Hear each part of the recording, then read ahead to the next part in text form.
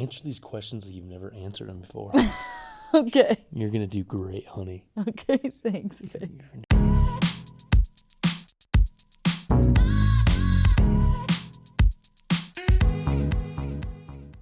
Welcome back to My Body, My Jokes. This is Morgan Lorraine Gallo, but you already knew that. I am coming to you live from Dude IDK Studios in Denver, Colorado, and today's episode is a solo episode. I am sitting here in the studio, and I am here to tell you that I would love your support of the podcast.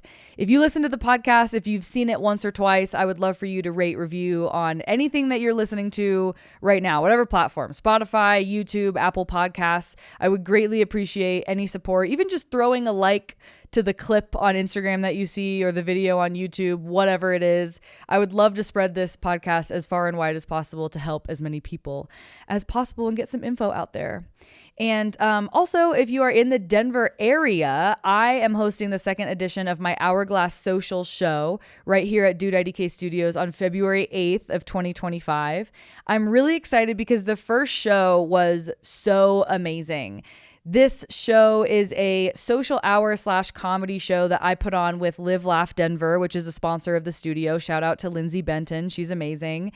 And we are focusing on female and non-binary and queer comedians in this show. So we have a social hour. You get to come have a few free drinks, some free food, socialize for a little bit, and then sit down for a really quick 1-hour comedy show featuring Denver's funniest female non-binary queer comedians. And I really like doing it. I feel like it creates a really fun, safe place for us comedians to be able to talk about what we want to talk about and not fear that there's going to be like weirdness in the audience. As someone who's performed in many a comedy club, there are times when I feel like my material just isn't hitting with certain audiences. And I can say without a doubt that the Hourglass Social audience is the one you want to be a part of. So if you're around in Denver on February 8th, that show is going on. You can always find it on my website, morganloraingallo.com, or on Instagram, Morgan Lorraine Gallo. It's in all my bios, all my links, all that bullshit. So today I'm going to be answering questions that I have gotten through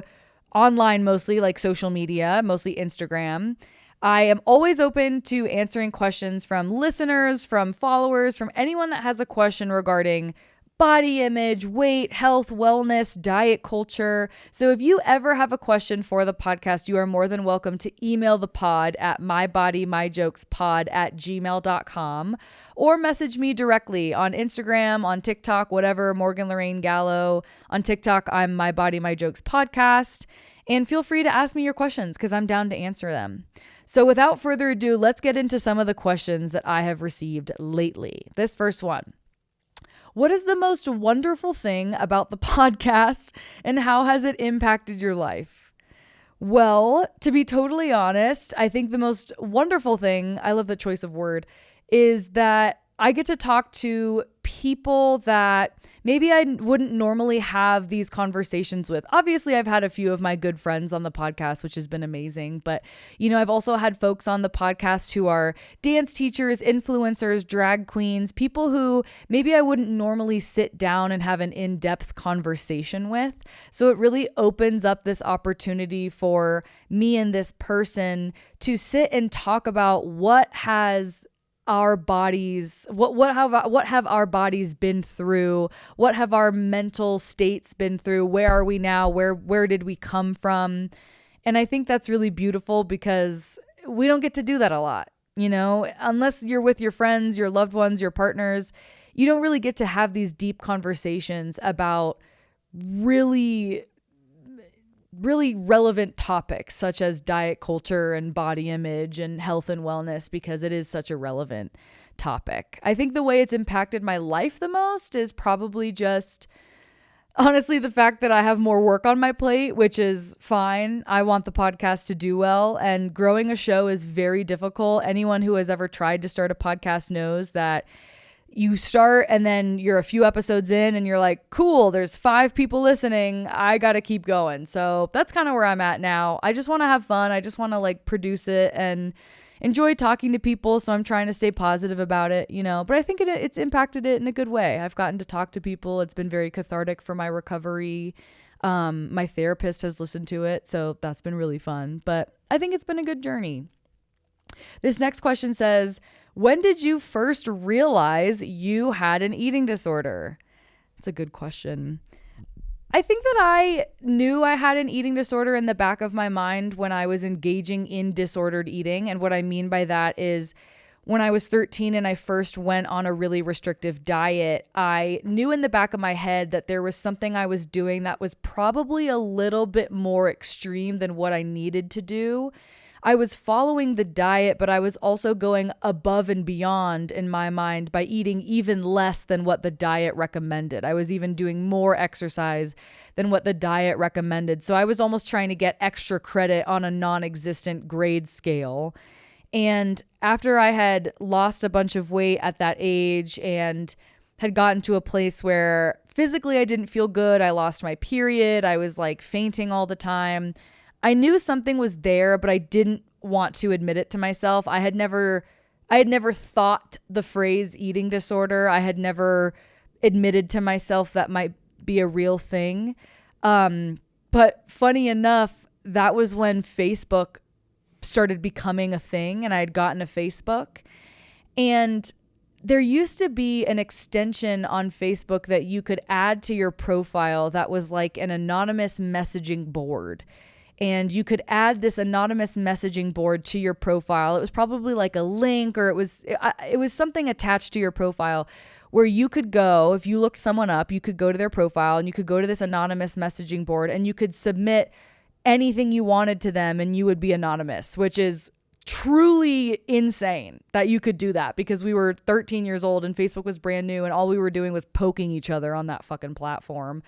But someone had gone to mine and said, I think you have an eating disorder, with a frowny face. And that was the only submission I had ever got, because I was not really like a very popular kid in middle school. I didn't have a ton of questions like to answer. Like that was like pre-influencer culture. It was very weird. So that was the only question I had ever got. And I was so afraid that I shut down my message board after I got that, because I was so scared that someone was like on to me. I'm like, oh shit, someone's caught me.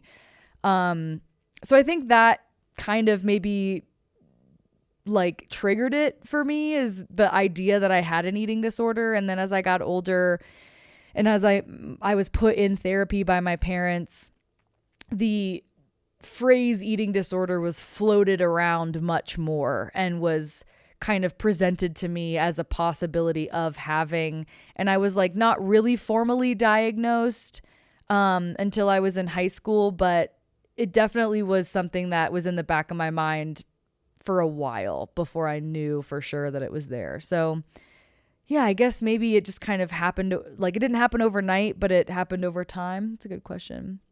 Someone submitted, I'm hungry, but the thought of food makes me sick. Days with no food. Why? Well, first of all, I want to say that I'm not a medical professional. I have absolutely no degrees, certifications that have anything to do with food, nutrition, psychology, any of that shit. I'm only just a gal with a PR degree talking into a microphone who's done comedy for a few years. But I would say that if you're experiencing hunger and food is making you sick, then you're probably experiencing some type of issues with your metabolism or perhaps a mental block. There is an eating disorder. I'm going to look it up because I can't remember. It's called AFID, and not say ARFID, not saying that you have this, but ARFID is an eating disorder that stands for, what is it? Okay, ARFID, ARFID. It's avoidant restrictive food intake disorder. Which typically is categorized by behaviors where you're very sensitive to tastes and textures and temperatures of food. And so you restrict food not because you are trying to change the look of your body, your weight, those types of things, but you're really almost disgusted by food in a way. And again, this is my like paraphrasing of the definition. This is not like me saying this is exactly what it is, but that is an eating disorder that not a lot of people talk about, because it is it's kind of almost seen as more of like an OCD thing, but it is an eating disorder to be so avoidant and restrictive of food because of its texture, temperature, color that you end up not being able to eat. And then when you do eat, it really upsets your stomach. So if I were you, I would perhaps maybe just like try to find a nutritionist in your area, a therapist in your area if you aren't already seeing someone, and just be like, hey, I'm experiencing this. I'm not sure what's going on. And really maybe try to journal it out and understand, like, am I doing this because I don't want to eat because it makes me sick, or do I not want to eat because of other reasons? I know it sounds a lot easier than it actually is.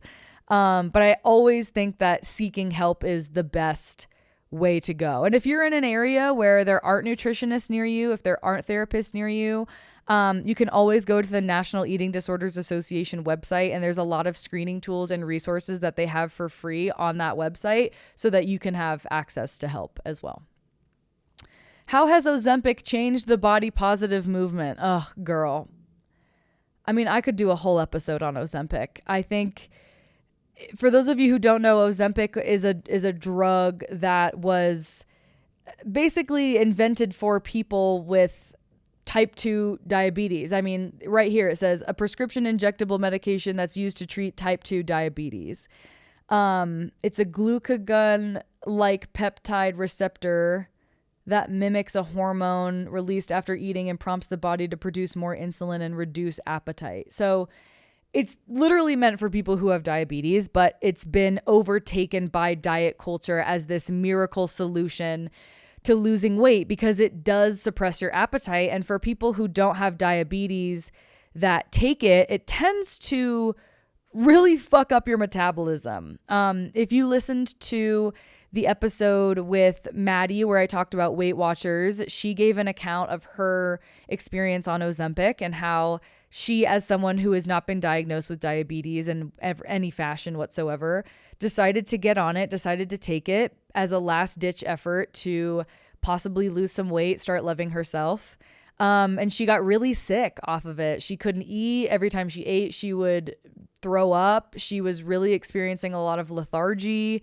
And in my opinion, I think anytime there is a new drug, a new plan, a new hack that comes out that claims to be the magic bullet solution to all weight loss, it just ends up in the same place, right? It ends up in everyone's mind as this is the thing that's going to make me love myself. And then years later, we learn that it actually has some pretty dire consequences.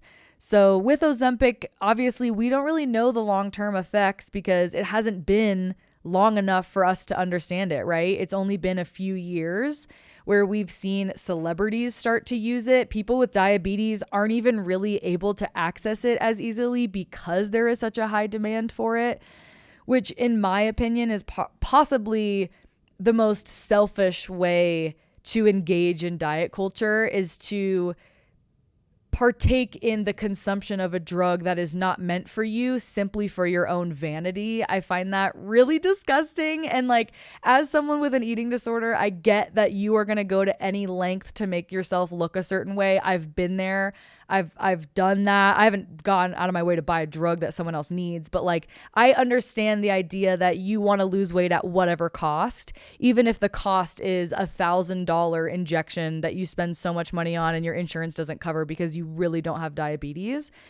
So I think it's been really negative for the body positive movement. I mean, the body positive movement is already so convoluted in the way that it's been taken over by relatively thin white women. And as a white passing woman, I'm a Latina, but I, for all intents and purposes, look like a white woman. I understand that me talking about body positivity can even be a little skewed because, yeah, I live in a straight size body. So I want to acknowledge that as we like talk about the body positive movement that was actually started by fat Black queer women in the 60s. But it feels like these drugs and these things that come out, whether it's, flat tummy tea or Ozempic or a new diet plan or a new diet book, it always feels like it's just another reminder that we are still so far away from the acceptance of others' bodies. And I think it's had a really negative impact, not only on the body positive movement, but on younger generations, because I see TikTok, I see the Gen Z girls obsessed with being this 90s heroin chic look again. And it's really disheartening as someone that grew up kind of post that era and grew up with magazines calling Britney Spears and Jessica Simpson fat constantly. It's really weird to look back and be like, oh, we're doing it again? Oh, okay, sick. So I'm very anti-Ozempic unless you need it. That's my opinion on that. This person wrote, why are the questions only related to your podcast? I'm going to take a wild guess and say that this was submitted by a man who was upset that I wasn't taking questions about like comedy and stuff. But the reason why I'm only really answering questions on the pod about the pod or really about body image, eating disorder, blah, blah, blah, is because that's what I want to talk about. You know, like I've been a comedian for 4 years now, and it's been a really wild journey. It's been really fun and really shitty and really wonderful and really crazy. And I'm at a place in my life now where I look at comedy as something that I do, but it's not really my like career goal anymore. I think I'm just moving into a space where I'm realizing that I have a lot more to say than just joking about stuff on stage. And I think that's cool. I think it's cool when people evolve and they decide to take a different route, as scary as it might be. But I like answering questions about body image and eating disorder stuff and health because that's what's on my mind right now.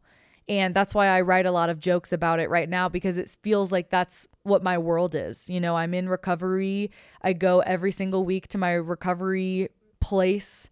I'm in recovery every single day. So that's what's on the top of my mind. So that's why I answer questions about it. Do you think body type is a social construction mainly led by fashion and food industry? Body type. I think body type probably means like, you know, what, thin, curvy, tall, short, athletic, apple, pear, whatever. I do think that fashion has played a large part in women's body types. I don't know. For men, I feel like unfortunately there's just one choice, and it's like you just have to be tall and buff and have hair, and it's like honestly the most unrealistic standard probably of the two genders, is just because men can only be one thing, but at the same time they get a lot of leeway because if you're a funny guy, you can look like anything because, oh, well, if you're funny, then what? That's a whole other conversation. But yeah, I would say that fashion has played a huge part in that. I mean, remember the magazines that used to be like, are you a pear shape? Are you an apple? Are you a plum? And it's like you were then told what to wear based on that shape. There was also a show called What Not to Wear on TLC. And I loved that shit, dude. I loved watching that shit. It was so catty. They'd like, someone at their work would nominate like Karen because she dressed so horribly. And then they would show up to her house and raid her closet. And it was this like super embarrassing kind of fucked up way to basically tell someone you're like ugly and you don't know how to dress yourself.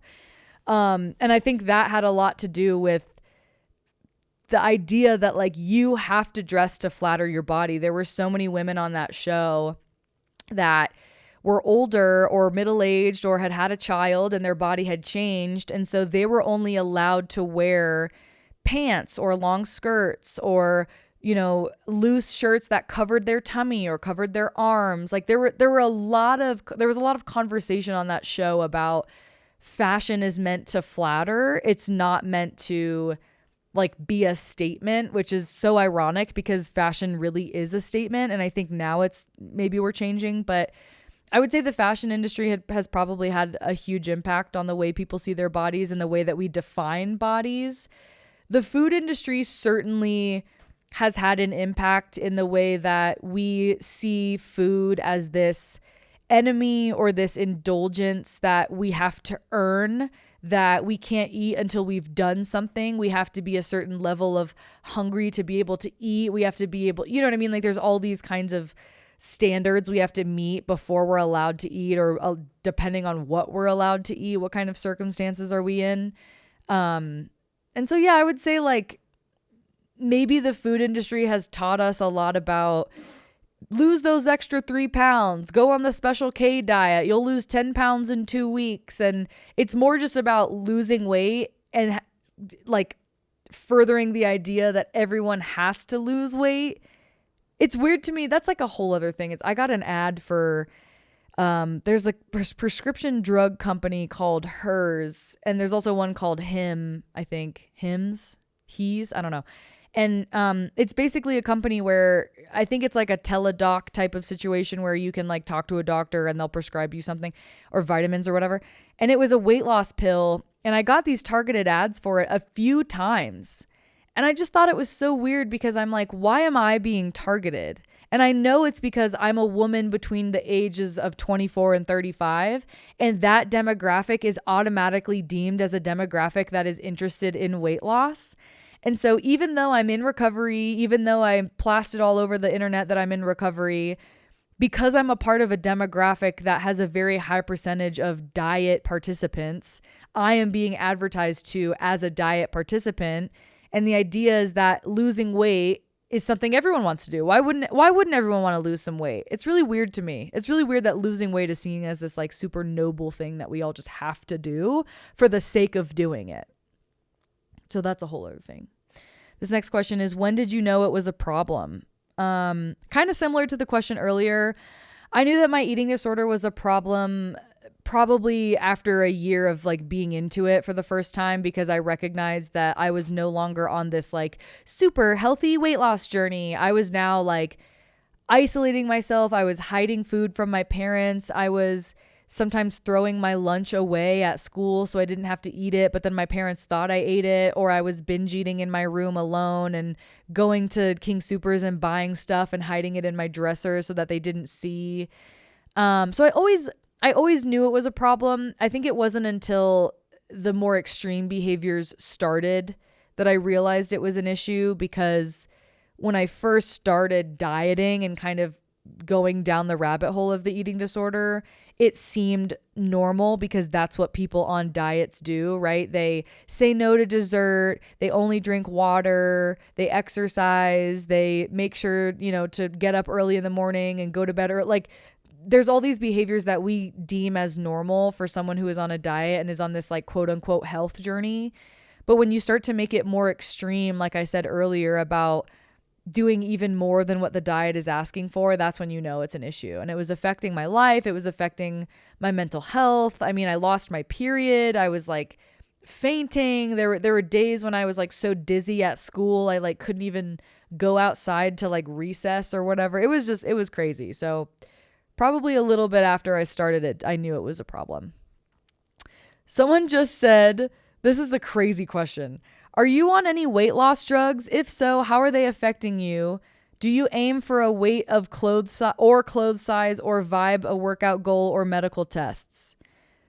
Man, this is a word vomit question. The answer to weight loss drugs is no. I have never taken a weight loss drug, and I will never take a weight loss drug. I am assuming that the reason they ask this is because my body has clearly changed since I started recovery. And I want to be extremely clear that when people are in recovery, their bodies change. And it is not something that we try to focus on, because the fact that our body is changing really upsets the eating disorder, right? So my body may look smaller because I am recovering from binge eating disorder, which means that I was stuck in a binge restrict cycle for a long time. So my weight was constantly going up and down because I would binge eat and then I would diet, and then I would binge eat and then I would diet. So I was constantly like losing the same 10 to 20 pounds over the course of 15 years. So when I started recovery, I lived in a larger body because I was binge eating and I was at a really low place in my mental health and honestly was at rock bottom. So when I started recovery, I mean, my body shifted, and I don't know if I've lost weight. I don't weigh myself. All I know is that I'm like feeling better and, my clothes fit a little bit better, but I'm not paying attention to that. So I would gently encourage this person to maybe think about, when you ask someone about their weight loss or their body, like ask yourself, do I know what they're going through? Do I know how this question is going to affect them? Because people lose and gain weight for all kinds of reasons. It could be literally anything. This person also asked, do you aim for a weight or clothes size or vibe of workout? Oh, hi, Winnie. Winnie's walking around. Winnie's the studio dog. She's amazing. I don't aim for anything. I don't weigh myself. If you understand anything about the women's fashion industry, you know that our sizes are so fucked that like you can't go for just one size. So like these jeans are a size 14. My other jeans are a size 12. This jacket is a size 1X. This bodysuit is a size medium. Like, I don't know. None of us really know what size we are because women's fashion is like so weird. So I don't aim for anything. I don't aim for like calories burned. I don't aim for a size. I don't aim for any of that. The only goals that I have are to stick to my meal plan, move my body when I feel like I can or I want to, and allow myself to enjoy food and not overthink it. And it sounds really simple. It's not that simple, obviously, but that's what I'm working on. So I don't go get medical tests and see what my doctor says. How do I motivate myself to lose weight for my own health and not just for fear of people's judgment? Well, I don't know. You're asking the wrong person. If you want to lose weight for your health, that's a conversation between you and your doctor. And I would highly encourage you to talk to your doctor about that, because most of the time people think they need to lose weight because they're told they need to lose weight by literally society, because we're constantly told that having a belly's bad, having, love handles is bad, having all these things is bad. And in reality, like, you're probably fine. I don't know. I think that if you want to lose weight, that's like between you and your doctor. That's not really something I can kind of advise you on. Best way to let my girlfriend know I love her when she feels insecure. I would say showing her affection in a way that she likes. You know, if you know her love language, is she someone that loves physical affection? Is she someone that likes words of affirmation? Does she like quality time, acts of service? I think when I feel insecure, something that my boyfriend does that I really appreciate is like he comes up to me and he hugs me, because I'm a huge physical touch person. And so when he physically enters my space and touches me, it reassures me that like I'm okay because this human accepts me.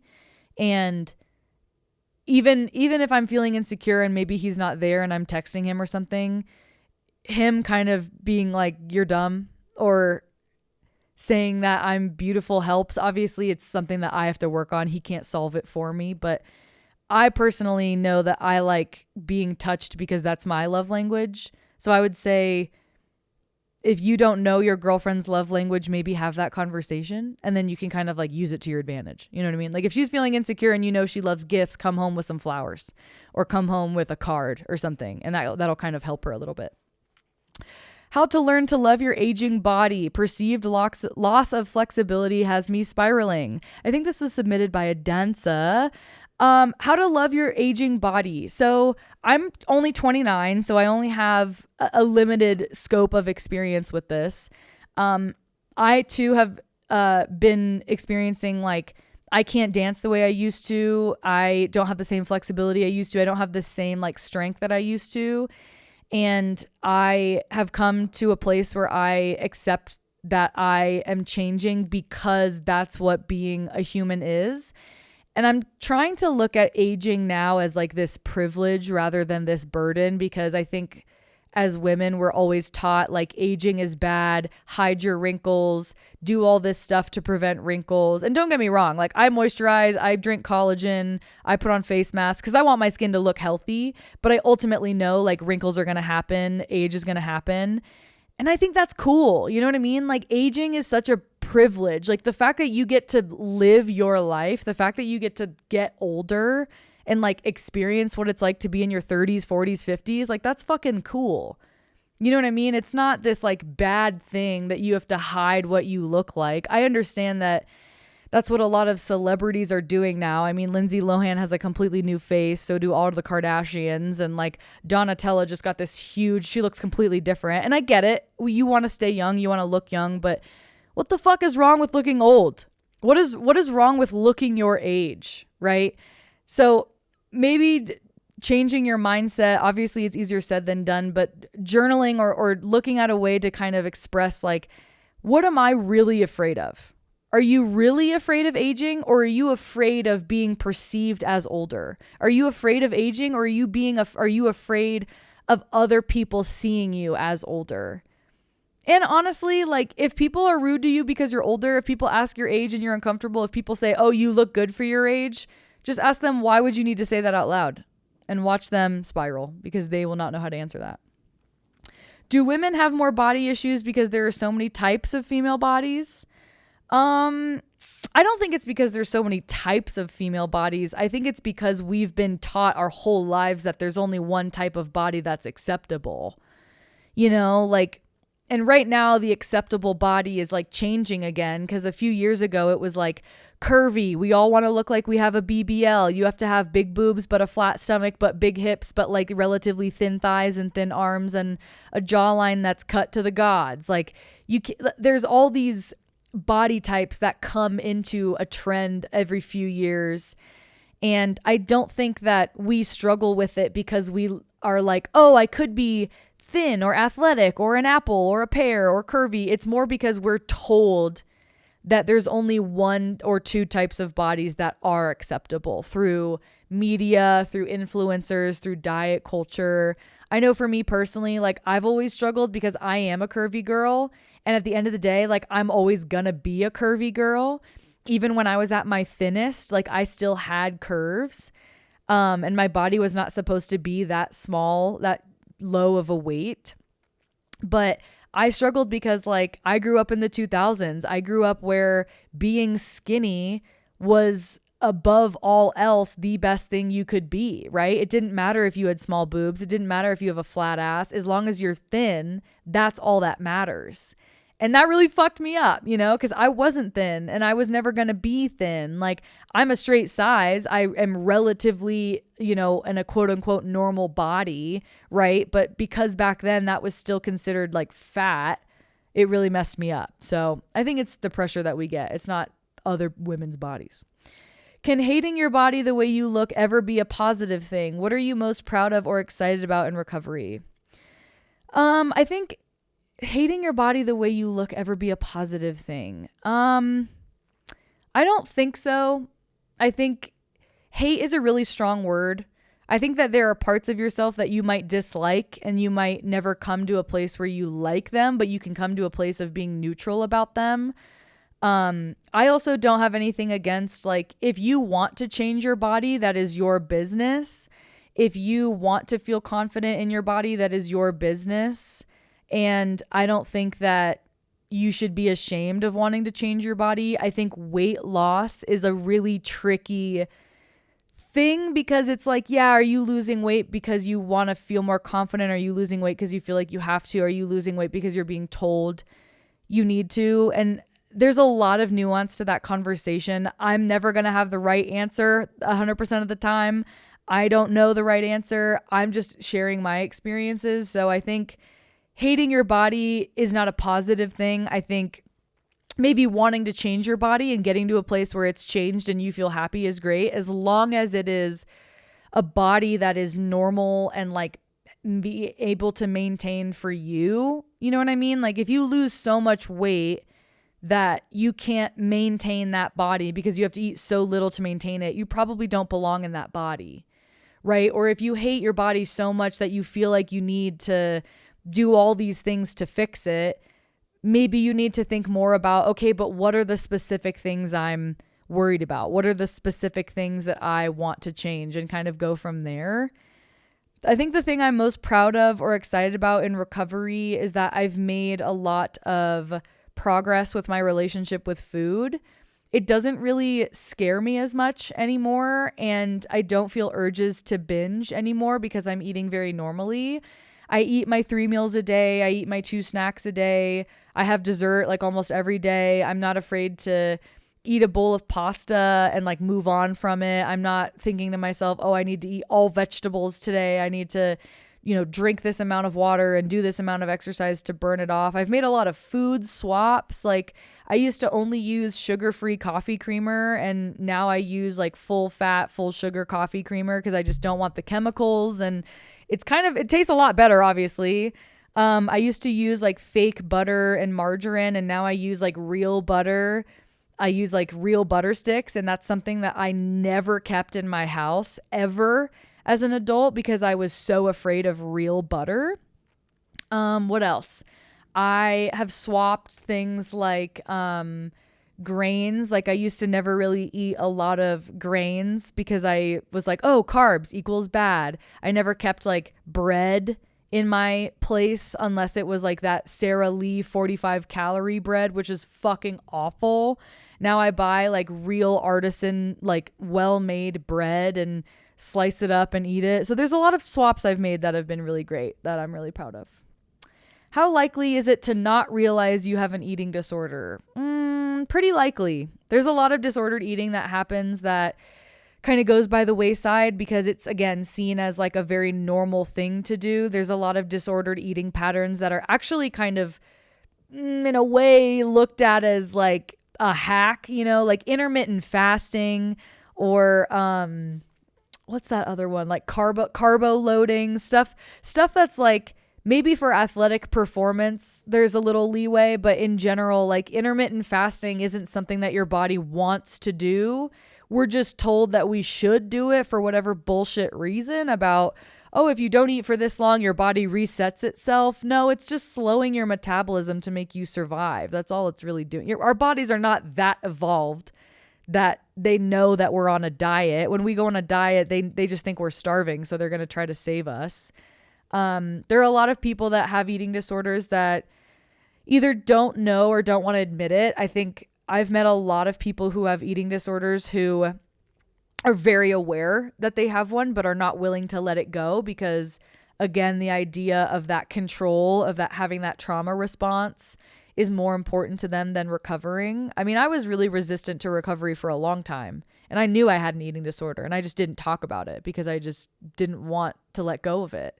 So I think it's very likely to not know, and it's also relatively likely to know and just not want to admit it or talk about it. How do I gain weight? I'm 5'6", under 100 pounds. I eat 3,500 plus calories per day and can't gain weight. Well, I would say to this asker, look up what a weight set point is and do a little research behind weight set point and what it means, because I learned about this in the book Intuitive Eating, which if you haven't read is a brilliant book, but I think their names are like Evelyn Triboli and someone else. The authors are amazing. They've revised the book so many times based on like our changing culture. But intuitive eating taught me that weight set point is basically the weight that your body feels most comfortable and efficient at. And that is determined by so many things that we also don't fully understand yet. So for me, I would say my weight set point has been relatively the same since I've gone through puberty. But I've messed with it so many times by going on diets that through recovery, I had to go back to this weight set point, right? So if you're 5'6" and you're under 100 pounds and you're eating all this food and you're trying to gain weight, there is a possibility that your body is just most comfortable at the weight you're at. There's also a possibility that there is something else going on, right? And that's only something that can be diagnosed by a medical provider. So if it is something that makes you feel physically bad or mentally bad, I would go and seek treatment and be like, hey, this is where I'm at. I don't know what's going on. I don't know if this is a health thing, because there is a possibility that there's something else going on with your body that is causing you to not be able to gain the weight from those calories. But at the same time, our bodies are really intelligent, and they know that if you are at a weight set point and you maybe eat a little bit more one day or a little bit less one day, your body's going to make up for it because we have these survival mechanisms already built in. So although I don't have a satisfying answer, I would say do your best to do some research about weight set point and then maybe determine, is this something I need to seek help for? And if so, seek it as easily as possible, as fast as possible. Do you still have triggers that set you back on your healing journey? Yes, of course. I always have triggers. My triggers are a lot more dull now, thankfully, because I've been in recovery and because I've learned to eat a lot more, like at a cadence, a lot more frequently. And I think maybe my biggest trigger is when I have like big emotions that I don't know how to process. Big emotions for me tend to cause my trigger or my response, I guess, to binge eat, because binge eating used to be my comfort, right? If I had a bad day at school, if I had a bad fight with a loved one, a friend, my mom, if I went shopping and nothing fit me and I felt bad about myself, food was always there for me. And I could always buy food. I could always eat food. I could always get high and just eat on my couch for hours. And that was always my comfort. So sometimes when I have really big emotions or when I feel really stressed out, it's really easy for me to just go, oh, well, I could just eat about it. But I actually don't like doing that anymore. Like the times that I have binged and have given into behaviors throughout recovery, I have always felt like this is really dumb. Why am I doing this? Because I genuinely feel so bad. Like I feel physically ill afterwards. And I'm not saying that you're never going to have triggers again or I'm never going to have behaviors again, but like now I kind of see it as like, oh yeah, this is not helpful at all. Whereas now if I have big emotions, I can like take a breath, read my book, take a hot shower, go for a walk, go outside. Changing your sensory surroundings really helps. Even just holding like a cold cup of ice can help because it's kind of resetting your nervous system a little bit. Shaking it out, screaming into a pillow, getting out that extra energy is really helpful. So yes, I still have triggers. There are days when I feel like I'm not making any progress, but the majority of the time I'm constantly working on it. How do we address and eliminate body dysmorphia, especially in dance? I think there's always going to be a little bit of body dysmorphia in specific types of dance. I think ballet is a huge one because ballet is a very, very strict, specific art form. And typically, if you don't have a specific type of body that can move a certain way, it's very difficult to move up in the ballet, I guess, community or industry. So I think, unfortunately, like, I don't know if that can be eliminated because until we start to see people in larger bodies being in the ballets or people who are fat being in these like huge dance shows, I don't know that that can change. I think there are other styles that are much more body inclusive. Like I love going to Hard Candy Dance Studio, who the owner was on episode 3, Marquis. If you didn't listen, she was amazing. It's a pole studio. It's a burlesque studio. They have go-go dance. They have hip hop. They have twerk shop. They have K-pop dance. Like they have such unique dance classes and they're so open and body positive because it's a predominantly female and queer dance studio. And so I think in those spaces, it's a lot easier to be able to look around and be like, oh, okay, we're all different sizes. We're all like taking our clothes off and doing burlesque and dancing in our heels. But I think the answer is like, we as dancers have to be the change. You know, for me personally, like I always feel like I'm the biggest girl in the studio when I go to the studio, which is like a lie. But I always look around and think, fuck, I'm like the biggest girl here. But the change has to come from me. I can't expect other people to come up to me and make me feel good about that because they don't know that I'm thinking it. I have to go in there and be proud of my body to show other women that look like me that it's okay too. And so unfortunately, there's not really a way to systematically change it without us starting from the ground up. And dance is very difficult. We're always looking at ourselves in the mirror. We're always like moving and changing our bodies to be able to do different types of dance. So it's difficult, but I think it can happen with us. Last question. How does body dysmorphia contribute to eating disorders or their severity? I would say body dysmorphia and eating disorders go hand in hand.